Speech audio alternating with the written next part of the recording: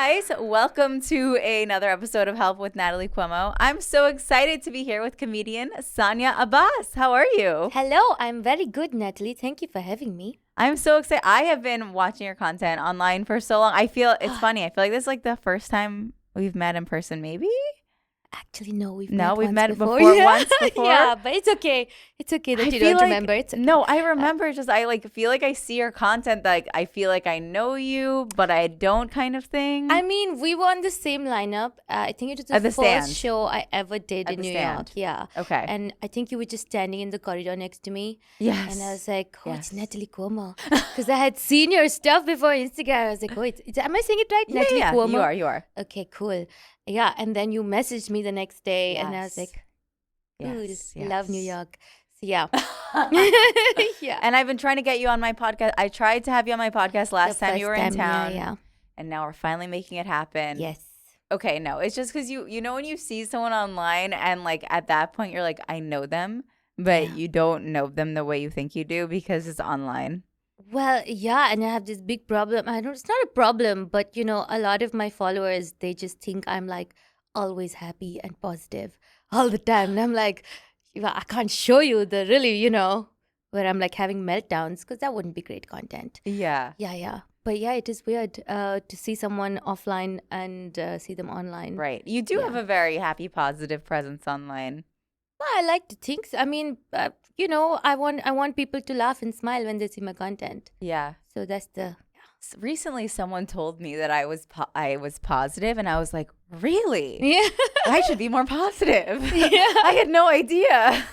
Yeah. I mean, so sometimes I also feel like there's this pressure where I don't want everyone to think I'm positive all the time. Yeah. So I just tell them, I'm just like, no, I hate my life sometimes. It's so horrible. And then I realize what I'm doing. I'm like, but it's also great. It's like you don't know where to go with it. It's like a pendulum.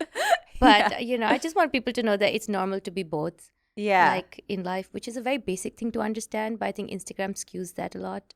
But I think you have a very good, like, online, you have a very good way of being, like, the best friend in your pocket.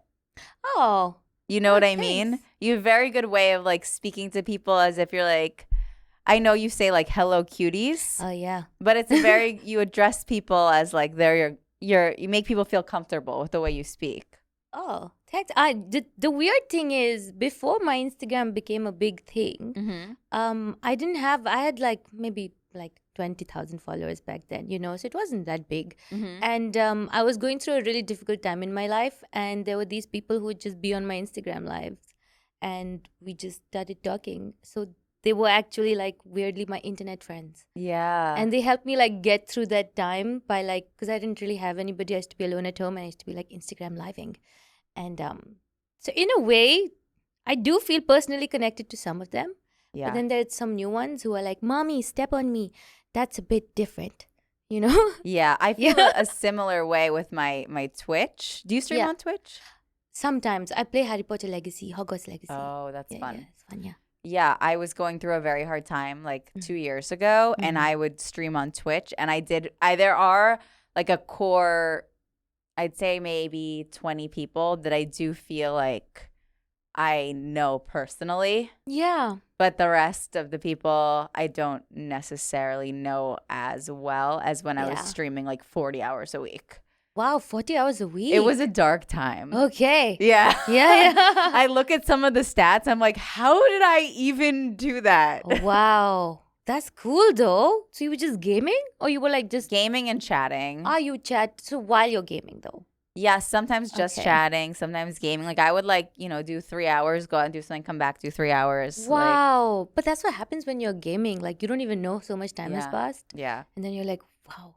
You're like, I guess I was here. Yeah. But then people, I guess, are like, Natalie's just always going to be there. So that's nice. She's just a person that's always gaming. So I'll just check it. Like, Yeah. And I feel like in a way you kind of become this. I think it's really important for me at least to keep pushing the fact that I'm still a person. Because a lot of people just start to see you as this like screen avatar who's like there to entertain you. But a lot of the times you're like, hello, I have feelings. Yeah. What is it that people do that make you feel like they don't see you as a person? I think so. When I was going through I was getting divorced. Yeah. yeah. It was kind of tough. It's very tough. And I was getting divorced, and a lot of people would just be like, and when you're getting divorced, you're like, okay, so now I have to rebuild my life and be a person without this other person, and you have to try to move on and focus on different things and stuff. And then there's like people who every day I would get like 100 comments being like, "Where's your husband? Are you getting divorced? Why are you getting divorced?" And I feel like if you're on the street with somebody, Yes. even if you know they're getting, even if you're my family member, you wouldn't just be like, "So, what's the tea? Like, why are you Right. getting divorced?" And that happened for like 7-8 months, where every day I would just be hounded, like, why? What happened? Because for them it's like gossip, but for me, I'm Right. like, hey, I'm a human. This is not nice. Yeah. So that is why I have to keep doing these things. And yeah, sometimes I get some weird comments. I think most of it is positive, so I'm very lucky that way. But sometimes I get weird comments, which is like I like to wear cat ears, and I like to wear these, little. But it's because it's cute. I don't. Yeah. People are like, do you want a dominant daddy? I'm like, no. So Yeah. I think that's also a weird question. I don't think you would just go up to someone on the street and say. Right. And ask them, just like go up Yeah. to a stranger and be like, do you want a dominant daddy? Yeah, can you imagine? Yeah. Someone on the street just be like, hey. Be No. like, Yeah. So I have to keep being like, no, I'm still a person. Right. So do you get that? Does that happen Yes, to you? I definitely feel like, I think a few years ago I went through a breakup and people would think that it was okay to just be like, did you do this? And it's like, they're like, what? I'm just asking. It's like, yeah, but you can't just do that. Yeah. Number one. And then number two, people just insulting you or just saying Yeah. things that are rude as if like you don't have feelings, and it's tricky. I mean, the internet is a wonderful place, but it's also like the worst place. Yeah. It's like so weird because you can get such wonderful things out of it, but at the same time, you have to kind of ignore this whole it's like mud. That's just Exactly. there.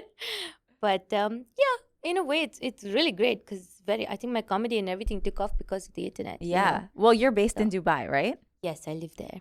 So are you from Dubai? Like, where did you grow I'm up? from India. Okay. That's why I sound like this. Okay. Yeah.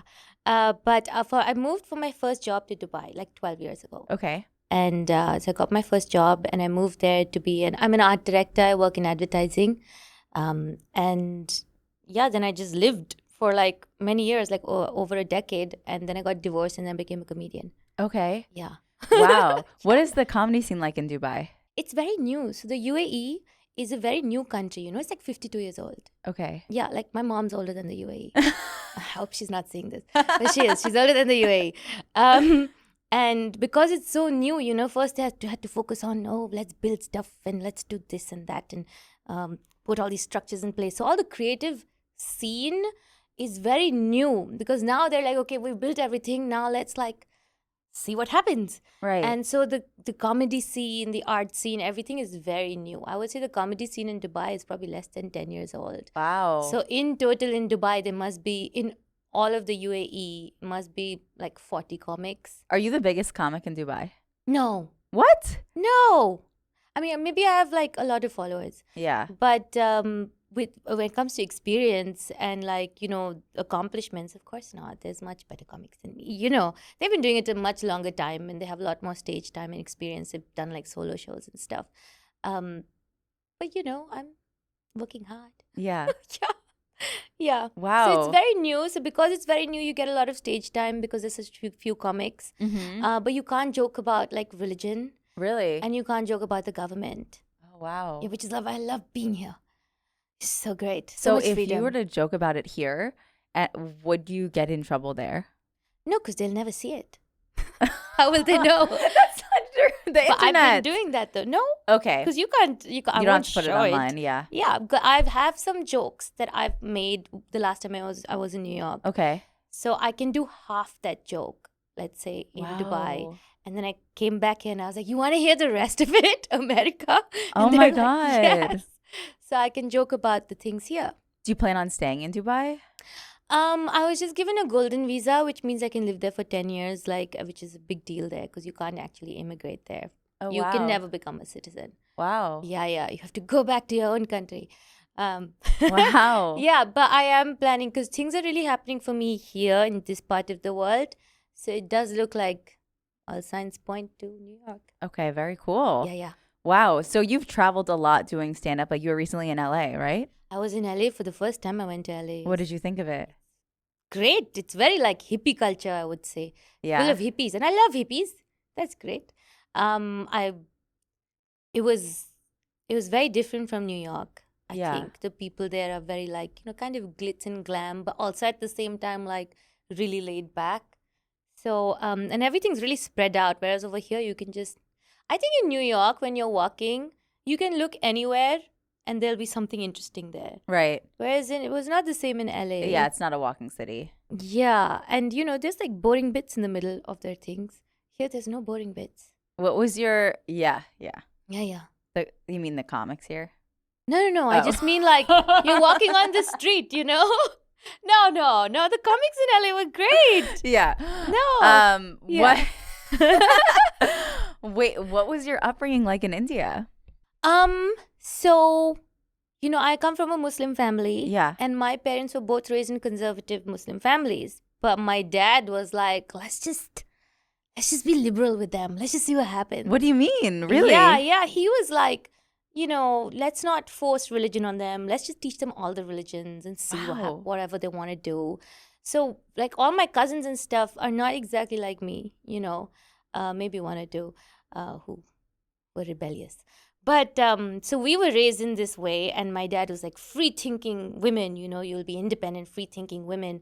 And then we turned 60, and I was like, I'm going to have a boyfriend. He was like, oh, no. So in a way, my parents are very liberal, and they're very happy about all this. Wow. Yeah. So that's great. But obviously, there are still things that, you have to fight for. As a woman coming from India, living in the Middle East, which I think over here people don't realize, like, you have to fight for these things. And I've like fought to do certain things, like, wear certain things or get tattoos. And I married a white atheist, and then I divorced a white atheist. So, that was like, as cool as my parents are, they weren't exactly cool with that. Were they happy that you got divorced, or were they upset? No, that? They were happy that I married him. Yeah. Yeah, they loved him. He was a very nice dude. But they were, divorce is a very taboo thing in India. Like growing up, I didn't know anybody who was divorced. Right. Like we just don't know people who are divorced. Now it's trending now. But, in my family, like it's not a big, like not many people, maybe one other person's divorced. So it was a big issue for my parents to accept. They were just like, it's okay. Just keep being married. You'll figure it out. And I was like, I can't. So that was tough. Yeah. Mm-hmm.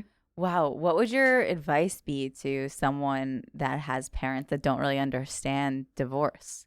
I think there's like two sides of it. You can be a people pleaser and you can, respect your parents and love them and kind of be considerate of their feelings. But at the end of the day, when it comes to companionship and who you're with, like you have to live the rest of your life with that person. Your parents, I mean, I don't want to say this about my parents, but they're going to die, and then you're just like there, like living the rest of your life with this person.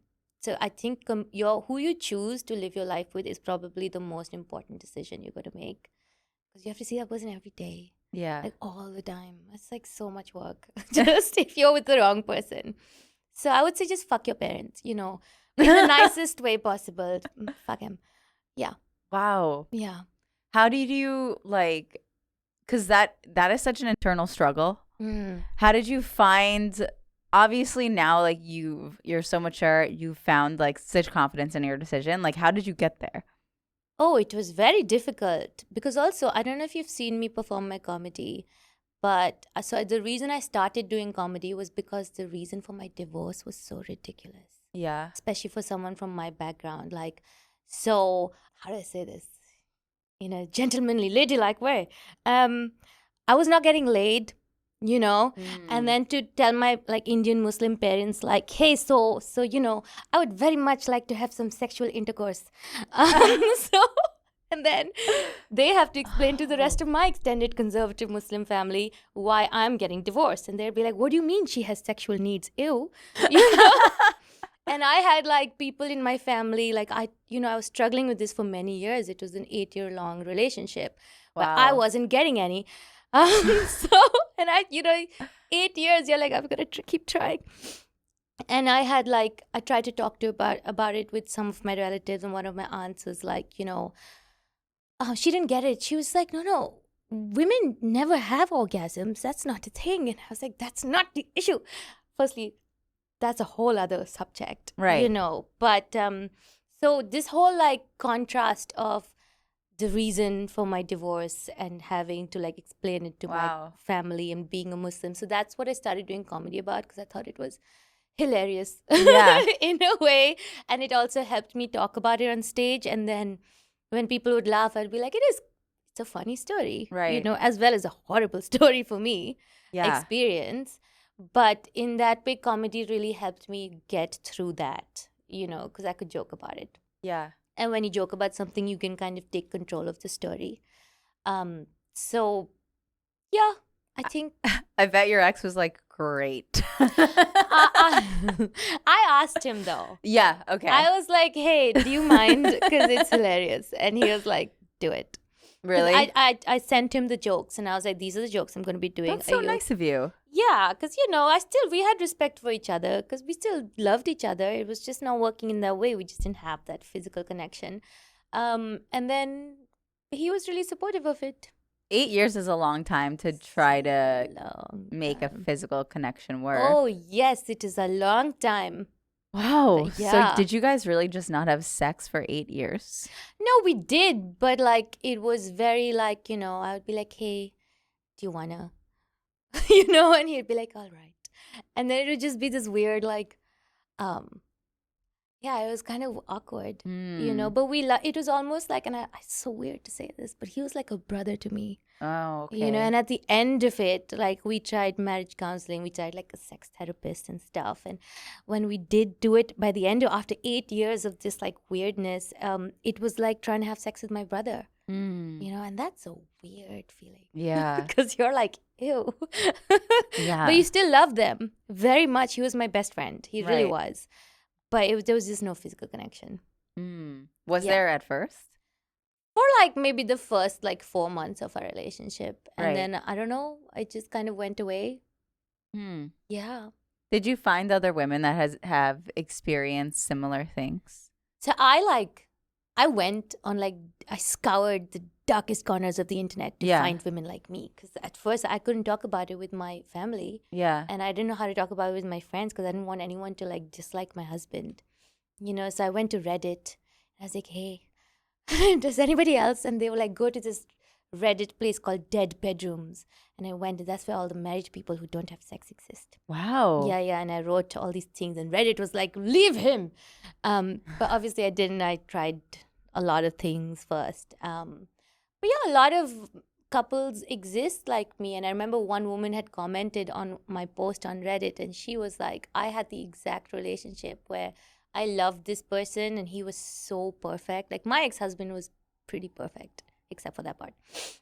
He was just perfect, Just imagine you're like, I would come home, he would like press my feet and like give me a blanket and cook. And like he was perfect. Wow. Yeah. Yeah. So you stay with the person for that long. But she said she left her ex and now she was in like this better relationship because she was being fulfilled in other ways that you need to feel wanted as a human. Right. So yeah. That is, I mean, sex is the thing that differentiates a friendship from a romantic relationship. Yeah. That is the one thing. I mean, if you're monogamous, right. There's like one person that you can do it with, and there's like one person that you kiss, and you're like, now I don't know who to kiss. So yeah. But now people are doing this poly stuff. You heard? Yes. What are your thoughts on that? I think it's interesting. I met one poly person. I've made a friend who is a poly friend. Yeah. Yeah. It's great. I'm learning a lot about it. I wouldn't do it because I think I'm deeply, inherently monogamous just as a person. Right. But it's interesting to see it from the outside, Same. I am deeply monogamous as a person as well. Yeah. Yeah. But it's cool to like know that this exists, and I ask questions like, but what happens if this happens? And what happens if that happens? Like, how do you not get mad if Right. they're like fucking someone else? I know. I would literally be pulling my hair out Yeah, because I would not be okay with or pulling this. their hair out. Yeah, just so angry. But yeah, it's cool to learn about different human inclinations, I think, in a Right. curious way. But I don't judge. Yeah. No. That's cool. Mm-hmm. So, oh my God. I feel like, what do you think it is about your parents that just like made them decide to raise you guys as like liberal? Well, my mom wasn't really on board in the beginning because she Really? was raised in a very conservative way, I think. My dad was the issue, according to my mom. No, I don't know. I think he went to boarding school where he became a free thinker in a way. And he was like a man of science. He's not dead. He loves Einstein. And, he grew up with like the Beatles and he played the Beatles. And I think in a way he was kind of an atheist. Like I'd never seen him praying. He eats pork, he drinks alcohol. Not much, but like one drink, then he gets a headache. It's really cute. And so I thought he was an atheist, and that's why he raised us like this. And all our dinner conversations would be about like theories of physics and how the universe works. So it was cool. It was a cool upbringing. But then like my mom, like she had cancer when I was growing up, and then I saw him pray. So that was like the only time I've seen him pray. And then I was like, well, he's not such an atheist after all, is he? Wow. Yeah. But she's okay. She's okay now. Yeah, she's totally fine now. But she did go through that. And then I realized, like, some people need God, especially in certain times of your life. Like, Right. you need that. And I saw him need it. So I'm not an atheist because I choose, like, I could be an atheist easily. Yeah. But I choose to be like, I believe in all of it. Not religion, just like there's God, there's like vampires and like tarot cards and horoscopes and werewolves and shit. Just all of it. Well, It's fun. speaking of tarot cards, shall we? No way. Yes. Oh, cool. Yeah, you read them? Yes. You know how to do it? Cool. I'm trying. Okay. Okay, great. Will you shuffle the deck? Yeah. Oh, this is perfect. Oh, that's so crazy. So you believe in it too? Yeah. Maybe not all of it. Not the vampires? Maybe not the vampires, but a lot of it. Okay. Do you read tarot cards? I don't read them, but I've got mine read. Really? By like maybe once, I think I've How got was it your done. experience getting your tarot cards read? I don't know. It was just a friend who was like messing around Okay, with good, stuff. And then good. she was like Googling it, Okay. But don't worry. It wasn't like that. Okay. Yeah. We're learning, but we're getting there. We're getting there. Okay, you just started. Like I pull tarot cards on every episode of my podcast, Cool. but like Do you have to Google what it means? I look in the book sometimes. Okay, cool. Okay. That's fair. That's okay. I don't know shit. Yeah. Yeah. Okay, so we're gonna pull a card for like your past, present, and future. Oh my goodness. Okay, what do you want to like think of? We're just gonna put some good energy, thinking about, thinking about all the cuties of the world, saying hello to them. Hello, cutie. Where did you think of that phrase, "Hello, cuties"? Didn't think of it, Wow. I think I just made a story once in which I was like, hello, cuties. I just said it as a thing. Yeah. And then I got so many DMs saying, I really love it when you call me a cutie. And I was like, all right. And then I said it once more. And they were like, please keep calling us that. So it was them. It wasn't me. And then it just became a thing. I didn't mean it. I didn't mean for it to happen. You're like, okay, I guess. They just loved it so much. And they know, were like, thank you. I think most really successful things are almost accidents like that, It's know? just- They're just yeah. serendipitous that way. Yeah. It's just Yeah. organically happened, the cuties. Okay, I honestly, this card keeps coming up in all of my readings, and I think it's me. I think it's me, and I just have Is to. it death? It's worse than death. I know. I think someone jizzed on the card, if I had to say. Oh, And it's no. just sticky. Is this a metaphor? I don't know. Analogy. Okay. No, I mean, is it sticky? I don't know. I don't know because it's okay. I'm just gonna let it go. Okay. I think it just represents my self-doubt. All right. Okay. All right, here we go. Okay, good. We have the Mother of Cups. Okay. I love that. All right, we got the Mother of Cups for the past. Oh, what does that mean? You'll see. Present, we have the Mother of Swords. Oh. Okay.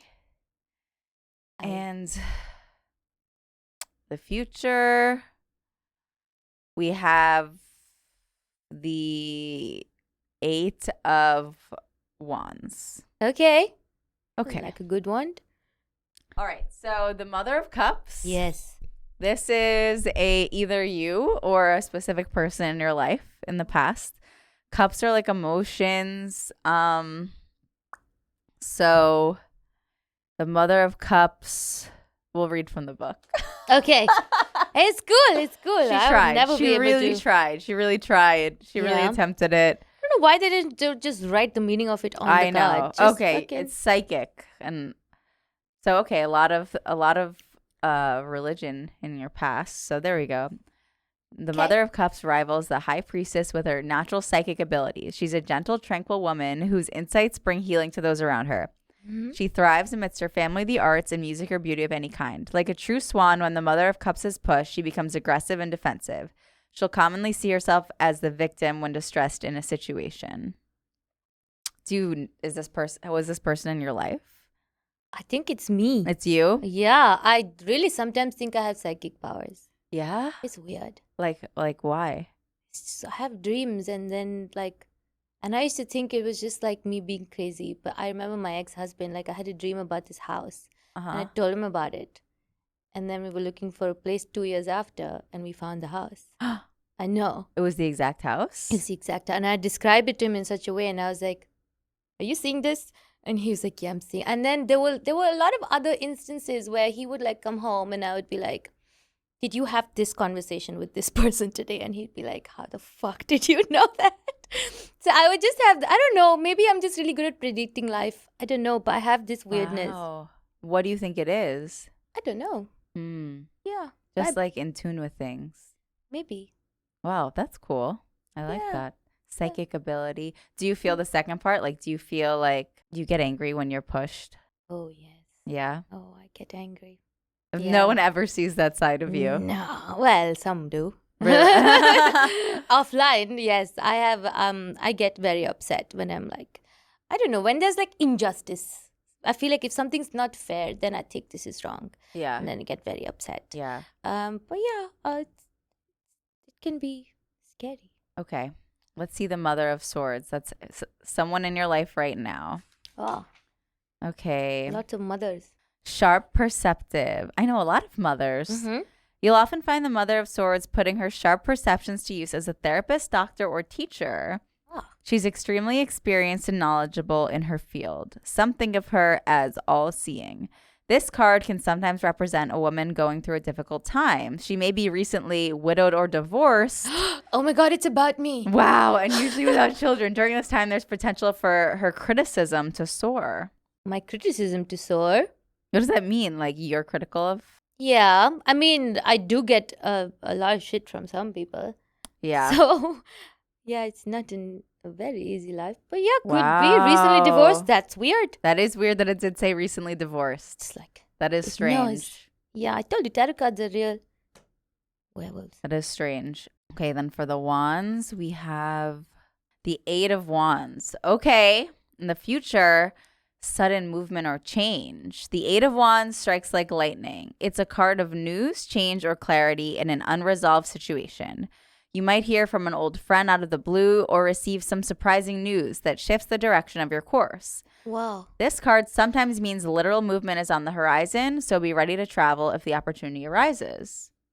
I mean, Moving to New York. Moving to New York, it very well could be. I do feel like it's going to happen in a few months. Wow. I feel like this Yeah. is a pretty accurate reading. Yeah, that's crazy. That was really, wow. What is the first card that you got? Okay, yeah, I'm still thinking about. So I keep pulling the Tower card, constantly. Do you know the Tower? No. But I'm pulling it for everyone, which What means is I it? feel like it's for me. What is it? It's terrible. Unexpected upheaval. When the Tower card appears, it's time to brace yourself for a change. The well-rooted tree that's been growing strong for decades is crashing down around you. Your world may feel as though it's literally falling apart and you didn't see it coming. Even though this phase is painful and confusing, it'll be over soon. You'll look back and feel grateful things changed course. You might even see it as a personal breakthrough in the end. That could be about me very well, yeah, right now. How? Well, because I had this whole life where I had a career and a husband and, I knew what I was going to be, and then everything just went to shit and now I'm a comedian. Okay, that was for your past. It was supposed to be for your past card. Yeah. And now I'm like, what the fuck is my life? Do you ever have that feeling where you're like, what the fuck is my life? Yeah. Yeah. I'm just on the ride. I don't know who's controlling the, Yeah. fucking train. But cool. Do you That's feel like you're true. going through that right now? No, I don't. I mean, I feel like I have a fear of this card a bit because I definitely feel like I experienced this in my life. Like, and I think it's what helps me. Like, I definitely feel that thing of like rock bottom is what helped me get to where I am. Yeah. Like, and I feel like you probably feel similarly. Like, your divorce is what helped your career become what it is. And yeah, and why you're doing comedy. Yeah. But it's like my fear is the unknown. Like, I think the unknown unknowns, like the things you're not even you don't even know that you need to be worried about. Yeah. That's like my biggest fear. But isn't that like, couldn't the unknown be a cool, exciting thing? It could. Yeah. It could be a cool, exciting thing. Yeah. Imagine if you're like, I don't know, if you get pulled into a reality TV show where like, I don't know, you have to go to Alaska for something. I don't know. Anything could happen. Okay. Yeah, I could see some salmon in Alaska. It's like anything could happen. But Yeah. you are scared of the unknown. Yes. Do you feel like it's a control thing where you need to know everything? Yeah, I feel like very control-y. I don't know how to let go of the control. Do you feel, what's your relationship to control? I used to be. I think in a lot of ways I still am very controlling and controlled with myself. I'm very like held tightly together. Yeah. Tightly wound would be the word. But now that my life is all over the place, it's like I just have no control over what's happening. Like Yeah. I was in LA, I'm in New York, I'm meeting all these people. Like I was in the green room of the stand and I met this guy who was like, "Oh, you're from Dubai. You want to come see the Kelly Clarkson show?" And I was like, "Okay." And then I just went and like I was in a studio audience for the first time. Have you ever been for a taping? Yeah, that's It's a lot of work. You have to stand up and cheer and look happy all the time. Did you do this? I wasn't for a full taping. How long? Okay. How many hours were you there? Like I think almost like 2 hours. That's too long. Yeah. It was pretty long. I went to part of a taping Mm-hmm. because my fiance was on the Tamron Hall show, Tamarind Hall show. which is also like a daytime show. Oh wow! And him and his grandma were on. And so I went to the studio audience for the part that they were on. Mm-hmm. But yeah, it is a lot of standing, Him clapping. and his grandma were on. You said. Yes. That's interesting. Yes. Yeah. Wow. It's a whole story. Yeah. Your fiance is Dan Lamotte. Yes. Am I saying it right? Yeah, Dan yeah. I've seen his bits about he has Asperger's. Yes. Yes. Yeah. I'm all on the spectrum. Well, suspected Asperger. I mean, the thing is, to get fully diagnosed, you have to pay a lot of money, which Yeah. I'm not willing to do. What do you feel like is neurodivergent about you? No, I've been with my therapist for like a few years now. I love her. She's the best. Yeah? Like my therapist. Oh, I wish she was my friend. I feel like she's my friend, but I pay her money. She's your friend. She's my friend. Yeah. Yeah, she's great. I wish she would follow me on Instagram. Then she'd know more. Yeah. Yeah, but I don't know. We were going through this whole journey of trying to understand my life for many years, And then I was and this is weirdly, it's happened to me twice. Twice it's happened to me where I'm at a show or I'm in some situation and this person comes up to me after, and this person has like, either autism or the last one that happened to me. I think earlier this year, this guy had Asperger's, and he was like, "I was watching you, and you should get diagnosed." And I was like, no. Yeah. Because like, I've never felt like I have it. I've never felt like I'm close to this in any way. But it's also something I didn't know much about. And then, so I just mentioned it to my therapist, and then she was just like, well, then that would make sense with that and that. And then she took this like preliminary like checklist test and stuff, and then she referred me to a specialist who was like, "Okay, we can do this, but it'll cost you like thousands of dirhams." And I was like, "I'm poor." So, But it did then, a lot of things did make sense then after that. Like just awkward social situations. And like I have a fear of fruits. Like I have a phobia of bananas. And Really? like, yeah. And like I've never tasted watermelon, you know. Yeah. I don't trust it. It looks evil. I don't know. But it's not just that, I grew up with like very socially isolated. Like I didn't have many friends. I've become much better now that I'm older. But when I was younger, it was like very difficult. But comedies help me as well, because after a show, you have so many people come up to you and talk to you. Yes. And you're like, I hate this. I don't know how to behave. Then you learn lines and you learn how to. So in a way, could be. But I definitely think there is something there, because it makes a lot of sense with the rest of my life that's happened. Yeah. Does it help you to have a diagnosis? Like, does it help you understand yourself? Well, it was, I didn't know what to do with it when I first, I'm also really weird with sounds, and I have these weird like twitches that I do. Anyway, but I didn't want something to become my whole personality. Yeah. So I was very scared of this. I didn't want something to become my identity, because I already have an identity. Hello, cuties. So I wasn't sure if I wanted to know or not know. And my therapist was like, you're functioning well in your life right now, so you don't have to. But if you want to understand it in your past, understand why this happened, maybe why you were like this in certain situations, maybe that would help you. Yeah, I don't feel the need to get like fully like pay that much more. It's the money. Right. Yeah. But it does make a lot of sense, I think. So I was watching his bits about it, and then I was like, hey, Natalie, and then I was like, they're engaged. Yeah. So that was crazy, yeah. Yeah. I feel like a lot of people watch his bits and they're like, oh, maybe, like, I feel like he helps a lot of people realize that they're like also on the spectrum. Maybe. I mean, I watched his bits after. No, yes, I know. I wasn't saying you, but I feel like I look at the comments and they're like, oh. Yeah.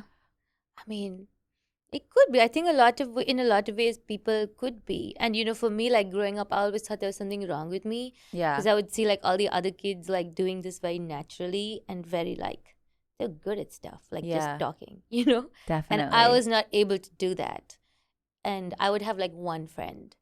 And everyone would think it's because I'm a snob, or like I wasn't. Right. It's just, it can be a very isolating experience, I think. And I think sometimes often I say things that may come off as blunt. And it could That is definitely hurt people, yeah. But I don't know I'm doing it. But now like a lot of people have like told me I do it. I think it's very often like misdiagnosed. Like women are often diagnosed so much later in life. Yeah. So that also happens a lot, where like people don't catch it in women as quickly for some strange reason. Because women, I think, probably are better at faking it. We can fake it. We're so good at faking. Yeah, it's kind of part of the gender. Yeah. But I think women probably mask it better. Definitely. Maybe we have a lot more pressure on us to mask things better, I think. You know. Also, I don't feel like I am believed a lot, when you say something's hurting or something. Right. I think women's pain is dismissed very easily. I know. It's so weird. Even when I'm sick, I feel like, say I'm sick, I feel like everyone thinks I'm lying. Yeah. It's so weird. Like I'll have like a sore throat, I'll have a headache, and I feel like I can't cancel things. So I'm like, feel like people are going to think I'm lying. Feel like even people that hear my voice are going to think I'm lying, even if I'm like, I'm sick. Yeah. But I feel like, I don't know. It's hard, when I was 26, I think I had this like hemorrhagic cyst thing that like it's basically something explodes in your body, and it's like the pain is said to be equivalent to like labor. Like it's so hot. Like I've almost passed out. I threw up. Everything was numb. I felt like I was dying. Like it was the worst pain I've ever experienced in my life. I was unable to stand. Like it was fucked up. And I spoke to a male gynecologist, and he was like, oh, that's just period pain. Yes. I had very similar with my IUD. I had the non-hormonal IUD, the copper one. So the cramps were so bad. And it was actually a female gynecologist who said like, that's what that the cramps are. And I did wind up having a cyst. Oh my God. So it's Yeah. like, I feel like it's very often like women are just like, yeah, well, and women like statistically have a higher pain tolerance than men. I would think so after you fucking push I a whole know. human out. Ugh. But yeah, I think women are just seen as being like dramatic. That happens a lot where you're Yeah. like, you're just being dramatic. It's like, no, we're actually tougher. Yeah. So much pain. Have you ever heard a guy who's like, giving birth is like being kicked in the balls? You're like, let me kick you in the balls. Yeah. Yeah. Please.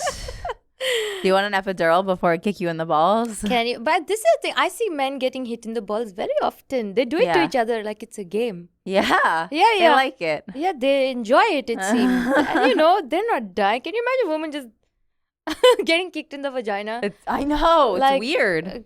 This is so painful it must be. I know. I feel so strange, like with mental health. Like I've been like, when I was younger, I was diagnosed as OCD. Oh. But like Yes. not like clean kind, like kind of like intrusive thoughts. Like I have like, cyclical thoughts. I'll like ask for reassurance. I'll have weird like rituals and stuff. But and I've been on antidepressants since I was maybe 16. Okay. But now that I'm older, I find myself really questioning the diagnosis. I mean, yes, I've been diagnosed as like OCD, anxiety since I was like that age. So like, but now that I'm older, I'm like, because of Google, I just find myself looking at every mental illness and being like, which mental illness is it really? Oh, even no, though yeah. I mean, I'm pretty sure it is this one, but because everyone just has this strange misconception about OCD, and like I feel like no one really talks about OCD being anything other than like organizing things or being clean. No one really talks about like the mental elements of it. It makes me feel like, is this even really what it is? Like, do you know what I mean? I mean, I don't know much about OCD, Yeah. and maybe I'm one of those who like sees it as how the media has portrayed it, where you need to count something like you just count a lot. Is what I would think OCD is. I don't know. Yeah. Oh, you're like a germaphobe. Are you a germaphobe? I mean, okay, so like I am a germaphobe, but I actually want to write a joke about this where like I am a germaphobe, but also I hide in the bathroom a lot in social situations. That's good. That's really funny. Oh, that's so traumatic. Like, oh my God. Okay. yeah, like a lot of the times at like a comedy club, I will, if Dan's not there, I will just like go in the bathroom and like sit in the stall like until my set, so I don't have to talk to anyone. But at the same time, I'm like grossed out by the bathroom. I think about every single thing people Smell touch. and Like this seat part is and the dirtiest. I can't touch yeah. this. But at the same time, I'm like hanging out in there for like more time than the normal person. Yeah, and So everyone it's- thinks you're taking a really big shit, Natalie. She loves the pooping. No, I'm sorry. Everyone thinks I'm like just shitting my life away. But what about the green room? I love the green room. There are in people places. in there. You have to talk to them. I go in there and don't talk to anybody. No, because then I feel like people are overanalyzing the fact that we're not talking. And people are thinking about the fact, or like then there's this weird tension of I'm on my phone, they're on their phone. The whole thing is so uncomfortable that I just need to go alone in the bathroom stall. Maybe you have more than OCD. I think you could, because I have the same things, when you're just sitting next to someone and they could just be living. And in your head, you have this like, they must be thinking this about me, or should I say something? Or maybe I should be doing this. So, like sometimes when I walk, I'm like, why aren't my arms moving? When you overthink, overthink just existence. It's terrible. Yeah. Yeah, but okay, so do you have ADHD? I think so. I feel like every American I've ever met, has said that they have ADHD. It's like the American mental health disorder. I've never been like formally diagnosed. What? Yeah. Why are you asking? Because every American I've met. I mean, probably. The thing is this. You ADHD. could say like, the thing is like, if you go through Times Square, it's just like, how could you not have ADHD here? There's like, everything's coming at you. Like, you're going to develop it. Is it something you develop, or is it something you just have? I thought mental illness. I mean, I think that you could have a predisposition to mental illness. Yeah. But at what point do we say this is a mental illness, and then do we say, as a human, I am overstimulated right now? I mean, is that like True. because that could be, because in India, and it sucks, but we grew up without any, like, knowing anything about mental issues. So we're like, especially our parents' generation, are so fucked up. They just held it in and just pretended like this is normal. Yeah. And especially millennials as well. Whereas in America, the millennials were like, medication, eat the Yes. medicines. And you were told what all was wrong with you mentally. Okay, I have to ask you this. What is the best advice you've ever received? It's something my dad says a lot. He says, if you've learned something, then it wasn't time wasted. So you shouldn't look at it as a waste of time. And for someone who's failed at a lot of things in my life, I failed a lot at trying to do something and not being able to do it. I failed at my marriage, and you think, especially when your marriage doesn't work out, for example, you think, wow, I wasted 8 years, Right. But then he said, if you learned something, which means if there was personal development, if there was growth in some way, and that's going to help you going forward, then it wasn't a waste of time. So I think in that way, you can like look at your failures as something that help you in your success eventually. So I think that's probably, it helps me like cope. I like with that. the failures. Yeah. I like that. If Yeah. you learn something. Mm-hmm. What do you think the biggest thing you learned from your marriage was? I think it's that you deserve. I believe that I deserve to be happy, in a 360 kind of way, and it's hard to acknowledge that I think I deserve to be completely happy, because in a lot of ways, you kind of feel bad thinking, but I have all this. Yeah. Why should I want more? Right. But I want it all, and I don't think there's anything wrong with that. Yeah. Yeah, it's okay to want it all. I like that. Yeah. What do you see yourself getting married again? Not anytime soon. Yeah. No, I mean, I'm still a romantic. Like, I love romance, and I love love. It's beautiful. Yeah. But I think I don't want to end up being one of those people who's been married like 5 times. This is my 5th husband. Just Yeah. lovely. I don't want to be that person. Not like there's anything wrong. I just would like to do it maybe once more. So Yeah. I'll be super picky next Yeah. time. Yeah. Yeah. As someone that's getting married Oh, when? in July, Oh, congratulations. thank you. What is your best advice? Is you're divorced? I'm getting married. What is your advice so I don't end up divorced? Whoa. Okay. Definitely, like, don't have a dead bedroom. Just Have a get lot of laid. sex. Have a lot of sex. Yeah, that's great. No, I mean, not always, but it's important to feel. I think the most important thing in a relationship is that you both need to communicate your needs to each other. And I'm not saying your needs will always be met by the other person, but once you communicate your need that isn't being met, the other person has to show effort to meet that need. And I think that's probably just that needs to keep happening. You need to keep telling the other person, because they won't guess. Men never guess. You just have to spell it out for them. Spell it out, and then you have to be like, okay, now I would like to see you try to meet my need.